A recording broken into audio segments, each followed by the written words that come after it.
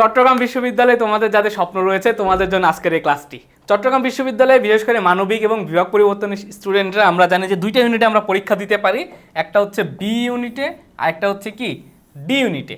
তো চট্টগ্রাম বিশ্ববিদ্যালয়ে বি এবং ডি ইউনিটের প্রস্তুতির ক্ষেত্রে তোমরা আসলে কি কি করতে হবে, কোন কোন টপিক পড়তে হবে, কিভাবে প্রস্তুতি নিতে হবে বিস্তারিত আমরা আলোচনা করব। তো ব্যাপারটা হচ্ছে যে কোনো একটা ইউনিভার্সিটিতে আসলে প্রস্তুতি নেওয়ার ক্ষেত্রে আমাদের আসলে কি জানতে হয়, আমাদের জানতে হয় যে ওই ইউনিভার্সিটিগুলোতে কেমন প্রশ্ন আসে। আমাদের কি জানতে হবে যে ওইখানে কেমন প্রশ্ন আসে, অর্থাৎ শুরুতেই আমাদের যেটা করতে হবে অ্যাডমিশন প্রস্তুতির ক্ষেত্রে সেটা হচ্ছে খুব ভালোভাবে প্রতিটা ইউনিভার্সিটির কোয়েশ্চেন অ্যানালাইসিস করতে হবে। যে কোনো প্রস্তুতি শুরু করার ক্ষেত্রে আমাদের কোয়েশ্চেন অ্যানালাইসিস করতে হবে। কারণ কোয়েশ্চেন অ্যানালাইসিস যদি তুমি না করো তুমি আসলে বুঝতে পারবে না যে তোমার ওই বিশ্ববিদ্যালয়ের কাঙ্ক্ষিত ইউনিটটাতে কেমন প্রশ্ন আসে। আর তুমি যদি সিলেবাসটাই না জানো তোমার আসলে প্রস্তুতির একটা ঘাটতি থেকে যায়। তো তোমার মূল সিলেবাসটা কি? তোমার এই মূল সিলেবাসটাই হচ্ছে তোমার এই কোয়েশ্চেন অ্যানালাইসিস, অর্থাৎ বিগত বছরে তোমার বি এবং ডি ইউনিটে কেমন প্রশ্ন আসছে, কোন টপিকগুলো থেকে প্রশ্ন আসছে, এটা তোমার সবার আগে ভালোভাবে জানতে হবে। তো আমরা আগে একটু দেখি সিইউ বি ইউনিটের বিগত 3 বছরে কি কি প্রশ্ন আসছে এবং সিইউ ডি ইউনিটের বিগত 3 বছর প্রশ্ন আসছে কি কি, আমরা সেগুলো দেখব এবং এর পাশাপাশি এই আঙ্গিকে প্রশ্ন অ্যানালাইসিসের আঙ্গিকে তোমাদের কিছু সাজেশন দেওয়ার চেষ্টা করব, ঠিক আছে? তো প্রথমে আমরা দেখি সিইউ বি ইউনিটে আমরা যদি 25-26 সেশন অর্থাৎ গত বছর 25-26 সেশন অর্থাৎ গত বছরে কেমন প্রশ্ন আসছে, শুরুতেই দেখি আমরা প্যাসেজ কম্প্রিহেনশন থেকে মোট 7টা প্রশ্ন আসছে। প্যাসেজ কম্প্রিহেনশন থেকে কয়টা প্রশ্ন আসছে? 7টা প্রশ্ন, অর্থাৎ বিশাল বড় একটা প্যাসেজ দিয়ে দিবে, অনেক সময় ছোট প্যাসেজও দেয়। ওই প্যাসেজ থেকে তোমাকে 7টা প্রশ্ন অ্যান্সার করতে হবে। তো এই প্যাসেজ কম্প্রিহেনশনের অ্যান্সার কারা ভালো করতে পারে? যাদের আসলে রিডিং স্কিলটা খুব ভালো আছে, অর্থাৎ যে কোনো একটা টপিক রিডিং পড়ে যে খুব ভালোভাবে বুঝতে পারে সে প্যাসেজ কম্প্রিহেনশনটা খুব ভালোভাবে বুঝতে পারবে। টেক্সট বুক থেকে খুবই গুরুত্বপূর্ণ 6টা প্রশ্ন আসছে 25-26 সেশনে। ভোকাবুলারি থেকে 6টা প্রশ্ন আসছে এবং এই ভোকাবুলারি পার্টটা প্রত্যেকটা বিশ্ববিদ্যালয়ের জন্য মাস্ট বি রিড, ওকে, সবচেয়ে বেশি গুরুত্বপূর্ণ। মিনিং বেস প্রশ্ন আসছে, মিনিং বেস প্রশ্ন আসছে আমরা দেখতে পাচ্ছি কয়টা? 4টা প্রশ্ন আসছে মিনিং বেসড, অর্থাৎ তোমাকে একটা সেন্টেন্স দিবে, সেই সেন্টেন্সে আসলে একটা নির্দিষ্ট ওয়ার্ড কি মিন করতেছে সেটার উপর আঙ্গিকে বিভিন্ন ধরনের মিনিং বেস প্রশ্ন আমরা থেকে থাকে। আচ্ছা, ওয়ান ওয়ার্ড সাবস্টিটিউশন থেকে 3টা প্রশ্ন আসছে, আমাদের মেমোরাইজিং পার্ট থেকে। পার্টস অফ স্পিচ থেকে একটা প্রশ্ন এসেছিল, রাইট ফর্ম অফ ভার্ব থেকে একটা প্রশ্ন এসেছিল, ইনভার্সন অফ ভার্ব থেকে একটা প্রশ্ন এসেছিল, সেন্টেন্স থেকে অর্থাৎ সেন্টেন্স কারেকশন বা সেন্টেন্সের গঠন স্ট্রাকচার এই জায়গাগুলো থেকে একটা প্রশ্ন আসছে। অর্থাৎ দেখো মাত্র কয়েকটা টপিক, 3, 6, 9 মাত্র 9টা টপিক থেকে আমরা দেখতে পাচ্ছি মোট 30টা এমসিকিউ। আমরা জানি সিইউ বি ইউনিটে কয়টা এমসিকিউ থাকে? 30টা এমসিকিউ থাকে, ঠিক আছে? 9টা টপিক থেকে 30টা এমসিকিউ আসছে, ঠিক আছে? এখন তার আগের বছরগুলোতে আমরা একটু দেখি, আগের বছরগুলোতে যদি একটু দেখি, যেমন এটা হচ্ছে 24-25 সেশনের, এটা কত সেশন? 24-25 সেশনের। আর এইটা হচ্ছে 23-24 সেশনে, যে বছর আমি নিজে পরীক্ষা দিয়েছিলাম এবং চট্টগ্রাম বিশ্ববিদ্যালয়ের বি ইউনিটে আমার পজিশন ছিল হচ্ছে 38তম, ঠিক আছে? মানে যেহেতু আমার ঢাবিতে হয়ে গিয়েছিল তো একটু মানে মজায় মজায় গিয়ে একটু পরীক্ষা দিয়েছিলাম। আচ্ছা, তো দেখো 24-25 সেশনে আমরা যদি প্যাসেজ কম্প্রিহেনশনটা একটু অ্যানালাইসিস করি, 10টা প্রশ্ন আসছে প্যাসেজ কম্প্রিহেনশন থেকে। কয়টা? 10টা প্রশ্ন আসছে। আবার মিনিং বেস প্রশ্ন আসছে কয়টা? মিনিং বেস প্রশ্ন আসছে আমাদের 2টা প্রশ্ন আসছে আমাদের মিনিং বেসড। তার পরবর্তীতে আমরা দেখতে পাচ্ছি আরও পার্টস অফ স্পিচ থেকে প্রশ্ন আসছে 4টা, প্রিপোজিশন থেকে 1টা, রাইট ফর্ম ভার্ব থেকে 3টা, অ্যানালজি থেকে 2টা, ফ্রেজ এন্ড ইডিয়মস থেকে 2টা, জেন্ডার থেকে 1টা, ভোকাবুলারি থেকে 1টা, ওয়ান ওয়ার্ড সাবস্টিটিউশন থেকে 3টা, লিটারেচার থেকে 1টা প্রশ্ন আসছে। সবচেয়ে বেশি প্রশ্ন কোথা থেকে আসছে? আমাদের প্যাসেজ কম্প্রিহেনশন থেকে আমরা দেখতে পাচ্ছি। এবং মিনিং বেসড, তারপরে হচ্ছে তোমার ভোকাবুলারি, অ্যানালজি এই টপিকগুলো অর্থাৎ মেমোরাইজিং যে পার্টটা, এখান থেকে আমাদের অনেক বেশি প্রশ্ন আসছে। আবার 23-24 সেশনে অর্থাৎ আমি যেবার পরীক্ষা দিয়েছিলাম 4টা প্রশ্ন আসছে প্যাসেজ কম্প্রিহেনশন থেকে। পার্টস অফ স্পিচ থেকে 1টা এসেছিল, ফরেন ফ্রেজ থেকে 2টা, বিভিন্ন ধরনের ফরেন ফ্রেজ থাকে সেখান থেকে 2টা প্রশ্ন আসছে, অ্যানালজি থেকে 2টা প্রশ্ন আসছে, মিনিং বেস ভোকাস থেকে 7টা। খেয়াল করো 3টা ইউনিটেই কিন্তু মানে 3টা বছরেই মিনিং বেস ভোকাস অথবা ভোকাবুলারি এই টপিকটা সবচেয়ে বেশি গুরুত্বপূর্ণ এবং প্যাসেজ কম্প্রিহেনশন মাস্ট, এটা সবচেয়ে বেশি গুরুত্বপূর্ণ। আবার দেখো ভোকাবুলারি অর্থাৎ ডিরেক্ট সিনোনিম অ্যান্টোনিম এখান থেকে আরও 3টা প্রশ্ন আসছে, মানে 10টা প্রশ্ন তোমার লিটারেলি ভোকাস থেকে আসছে, ঠিক আছে? মানে 10টা প্রশ্ন ভোকাস থেকে চলে আসছে। আবার পিন পয়েন্ট ইরোড, চট্টগ্রাম বিশ্ববিদ্যালয়ের সবচেয়ে গুরুত্বপূর্ণ একটা পার্ট, পিন পয়েন্ট ইরোড থেকে 2টা প্রশ্ন আসছে। আবার বেসিক সেন্টেন্স স্ট্রাকচার থেকে আমরা দেখতে পাচ্ছি, বেসিক সেন্টেন্স স্ট্রাকচার থেকে আমাদের প্রশ্ন আসছে কয়টা? 4টা। ইডিয়মস থেকে প্রশ্ন আসছে মোট 3টা।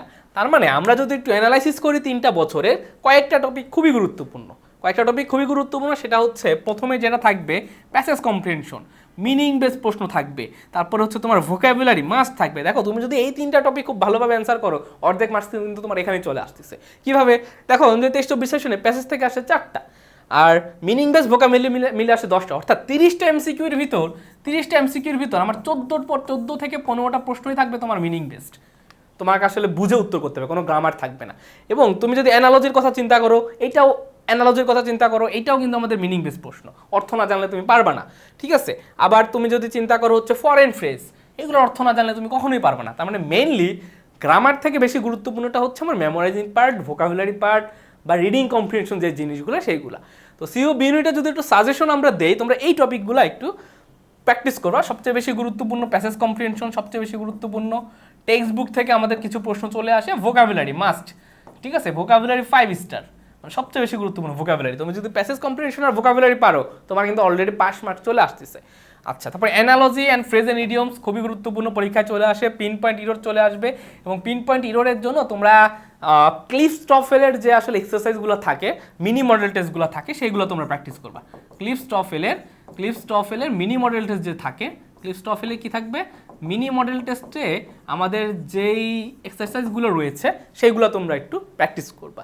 লিটারেচার থেকে একটু কম প্রশ্ন আসে, লিটারেচার থেকে চট্টগ্রাম বিশ্ববিদ্যালয়ে একটু কম প্রশ্ন আসে, আমাদের হঠাৎ 2-1টা চলে আসতে পারে, তোমরা চাইলে স্কিপ করতে পারো এই জিনিসটা। মিনিং বেসড খুবই গুরুত্বপূর্ণ, must be it, okay. One word সাবস্টিটিউশনও খুবই গুরুত্বপূর্ণ। তারপরে পার্টস অফ স্পিচ থেকে আমাদের 2-1-3টা প্রশ্ন আসে, খুবই বেসিক থেকে আসে, সেগুলো তোমরা পড়লেই পারবা। রাইট ফর্ম ভার্ব থেকে প্রশ্ন আসছে, ড্যাংলিং মডিফায়ার থেকে ইনভার্সনটা খুবই গুরুত্বপূর্ণ, ওকে, ইনভার্সনটা খুবই গুরুত্বপূর্ণ, সেন্টেন্স স্ট্রাকচারটা গুরুত্বপূর্ণ। তার মানে মেইনলি আমরা ফোকাস করবো কোথায়, passage comprehension, text book, vocabulary, analogy, phrase and idioms, then pin point error, literature একটু কম পড়লেও পারবা। মিনিং বেসড খুবই গুরুত্বপূর্ণ, পড়তেই হবে। ওয়ান ওয়ার্ড সাবস্টিটিউশনটা একটু মুখস্থ করতে হবে। তারপরে তোমাদের এখানে যেটা হচ্ছে ইনভার্সন আর সেন্টেন্স, এই জিনিসগুলো যদি ভালো মতো পড়ো, তোমরা চট্টগ্রাম বিশ্ববিদ্যালয়ের বি ইউনিটে আশা করি খুবই ভালো একটা ফলাফল অর্জন করতে পারবা, ঠিক আছে।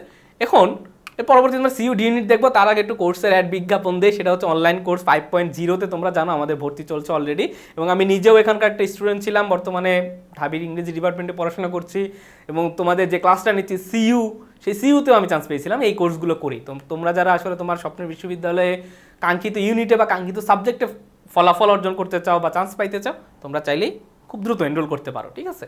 আচ্ছা, পরবর্তীতে যদি আমরা দেখি সিইউ ডি ইউনিট, আনফর্চুনেটলি আমি সিইউ ডি ইউনিটে ফর্ম তুলছিলাম, কিন্তু আমি আসলে পরীক্ষা দেই নাই, রাজশাহী থেকে আমি ঘুরতে চলে গেছিলাম, বুঝছো। মানে সিইউ বি এর পরেই কিছুদিন পরেই ডি ইউনিটে পরীক্ষা হয়েছিল, আমার পরীক্ষা সেন্টার পড়ছিল রাজশাহী ইউনিভার্সিটিতে। তো ডি ইউনিটে পরীক্ষা ভালো হয়েছে, তো সেজন্য আমি আর ডি ইউনিটে পরীক্ষা দিই নাই, ওকে।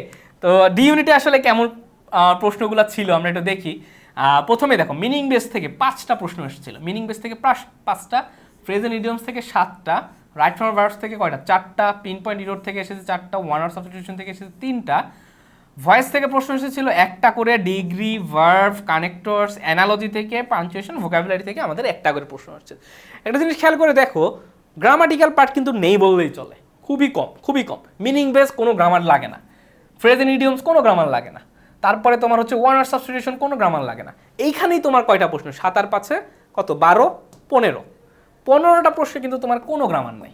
তার মানে তুমি যদি গ্রামারটা স্কিপ করো, তার মানে অ্যানালজিতে তোমার কোনো গ্রামার লাগবে না, ভোকাবুলারিতে কোনো গ্রামার লাগবে না, তার মানে 17টা প্রশ্ন আমার গ্রামারের বাইরে। তার মানে আমাদের কি পড়তে হবে, যে কোনো একটা ওয়ার্ড বা কোনো একটা সেন্টেন্স, অর্থাৎ যার রিডিং ক্যাপাবিলিটি খুব ভালো, যে আসলে একটা সেন্টেন্স পড়ে তার মিনিং ধরতে পারে, অর্থ ধরতে পারে, মেমোরাইজিং ক্যাপাবিলিটি যার খুব ভালো, সে আসলে এইসব ইউনিটগুলোতে খুব ভালো প্রস্তুতি নিতে পারবা। আর যদি আমরা একটু দেখি 24-25 সেশনের আর হচ্ছে 23-24 সেশনে আমাদের কি প্রশ্ন আসছিল, 23-24 সেশনে কি প্রশ্ন আসছিল আমরা এখানেও দেখবো, মানে প্রায় সেম ক্যাটাগরি। দেখো, পিন পয়েন্ট ইরর খুবই গুরুত্বপূর্ণ সিইউর জন্য, তুমি যেখানেই কোর্স করো না কেন সবাই বলবে পিন পয়েন্ট ইরর সি ইউনিটের জন্য খুবই গুরুত্বপূর্ণ। এবং পিন পয়েন্ট ইরর পড়লে একটা টপিক কিন্তু তোমার অলরেডি পড়া হয়ে যায়, সেটা কি জানো, সেটা হচ্ছে সেন্টেন্স কারেকশন যে পার্টটা আমাদের থাকে না, অনেক সময় আসে না যে which of the following is not correct sentence, অথবা which of the following sentence is correct, অর্থাৎ সেন্টেন্স কারেকশনের যে পার্টটা, সেটা কিন্তু তুমি পিন পয়েন্ট ইরর যারা পারে তারা খুব সহজেই সেন্টেন্স কারেকশনের পার্টটা অ্যান্সার করতে পারে। আচ্ছা, তারপরে খেয়াল করো, এরপরে আমাদের আছে হচ্ছে ইডিয়মস অ্যান্ড ফ্রেজ থেকে 7টা প্রশ্ন আসছে, ড্যাংলিং মডিফায়ার থেকে 1টা, পার্টস অফ স্পিচ থেকে 3টা, সেন্টেন্স কারেকশন থেকে 1টা প্রশ্ন আসছে, ভোকাবুলারি থেকে 4টা, সাফিক্স প্রিফিক্স একটা, খুব একটা সাফিক্স প্রিফিক্স খুব একটা গুরুত্বপূর্ণ না, স্কিপ করতে পারো। প্রিপোজিশন থেকে 2টা, ওয়ান অফ সাবস্টিটিউশন থেকে 3টা, প্রভাব থেকে একটা, প্রভাবও খুব একটা গুরুত্বপূর্ণ না, you can skip it. Okay, meaning base question থেকে একটা প্রশ্ন আসছে। আচ্ছা, টেস্ট অফ বিশ্লেষণে আমরা যদি দেখি ওয়ান ওয়ার্ড সাবস্টিটিউশন থেকে 6টা, পার্সিয়াল স্পিচ থেকে 4টা, ভোকাবুলারি থেকে এসেছিল 3টা, প্রিপোজিশন থেকে এসেছিল 2টা, পিন পয়েন্ট ইরোর থেকে এসেছিল কয়টা? 3টা, ট্যাগ কোশ্চেন একটা, ইনভার্সন অফ ভার্ব একটা, ইডিয়মস এন্ড ফ্রেজ একটা, মিনিং বেস কোশ্চেন এসেছে 4টা, কানেক্টরস থেকে এসেছে একটা, রাইট ফর্ম ভার্বস থেকে এসেছে 3টা, ড্যাংলিং মডিফায়ার থেকে এসেছিল কয়টা? একটা। তারপর আমরা যদি অ্যানালাইসিস করি তোমাদের সবচেয়ে গুরুত্বপূর্ণ সিইউ ডি ইউনিটের জন্য যে টপিকগুলো সেটা হচ্ছে প্রথমেই থাকবে হচ্ছে মিনিং বেস। দেখো এখানে হচ্ছে আমাদের খুব একটা প্যাসেজ কম্প্রিহেনশন আসে নাই গত 3 বছরে, সো না আসার সম্ভাবনাটা বেশি, আসতেও পারে। তো যারা আসলে কম্বাইন করে খুব ভালো প্রস্তুতি নিতে পারবা তারা যে কোনো ইউনিটে বসলে তোমরা চান্স পেয়ে যাবা, বুঝছো? ফ্রেজ অ্যান্ড ইডিয়মস খুবই গুরুত্বপূর্ণ, vocabulary, right form verb, pin point idiom, one word substitution পড়তে হবে, পার্সিয়াল স্পিচ, প্রিপোজিশন পড়তে হবে, ডিগ্রি, ভার্ব, এগুলো খুবই ছোট ছোট টপিক, তোমরা 1 দিন 2 দিন প্রস্তুতি নিলে, প্র্যাকটিস করলে খুব ভালোভাবে পারবা। কানেক্টরস আমরা এসএসসি এইচএসসি লেভেলে পড়ে আসি, কমন একটা টপিক আমাদের জন্য। অ্যানালজি, যার ভোকাবুলারি স্কিল খুব ভালো সে অ্যানালজিতে একদম ফাটাই দিতে পারবে। পাঞ্চুয়েশন স্কিপ করতে পারো, তারপরও পাঞ্চুয়েশন কিন্তু আমাদের এইচএসসির টপিক, তাই না? এটা যে তোমার আলাদা করে পড়তে হচ্ছে এমন কিন্তু কোনো কথা না। তো এই টপিকগুলো তোমরা যদি সিইউ ডি ইউনিটের জন্য পড়ো, আশা করি সিইউ ডি ইউনিটে তোমাদের আসলে আর কোনো সমস্যা হবে না। তো এই ছিল মোট সিইউ বি আর ডি ইউনিটের প্রস্তুতির একটা গাইডলাইন। তো কোশ্চিন অ্যানালাইসিসের মাধ্যমে তোমরা আসলে টপিকগুলো বুঝে গেছো। তো তোমরা যখন প্রস্তুতি নিবা বা পরীক্ষার আগে অনেকে চাও ভাইয়া সাজেশন দাও, তোমাদের জন্য এটাই আসলে সাজেশন। এর বাইরে তোমার আসলে কোনো সাজেশন নাই। আমি তোমাকে প্রশ্ন কমন ফালাইতে পারবো না, তোমাকে আমি কিছু টপিক দিতে পারবো যে টপিকগুলো পড়লে তুমি পরীক্ষার হলে খুবই কনফিডেন্টলি অ্যান্সার করতে পারবা, বুঝতে পারছো? তো এই টপিকগুলো ভালোভাবে বেসিক বুঝে প্রস্তুতি নিবা এবং বেশি বেশি এমসিকিউ সলভ করবা। যেহেতু আমাদের এখানে কোনো রিটেন নাই, তোমরা এটা এমসিকিউটা খুব বেশি সলভ করবা, খুব বেশি করে। এবং যখন এমসিকিউ সলভ করবা তোমরা 4টা অপশনই খুব ভালোভাবে খেয়াল করবা।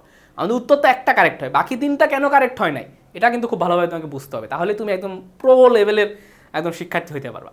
তো আশা করি তোমাদের খুব উপকারে আসবে। আমরা পরবর্তী আরও ইউনিভার্সিটির গাইডলাইন নিয়ে তোমাদের সামনে হাজির হবো। সে পর্যন্ত সবাই ভালো থাকো, সুস্থ থাকো। আসসালামু আলাইকুম।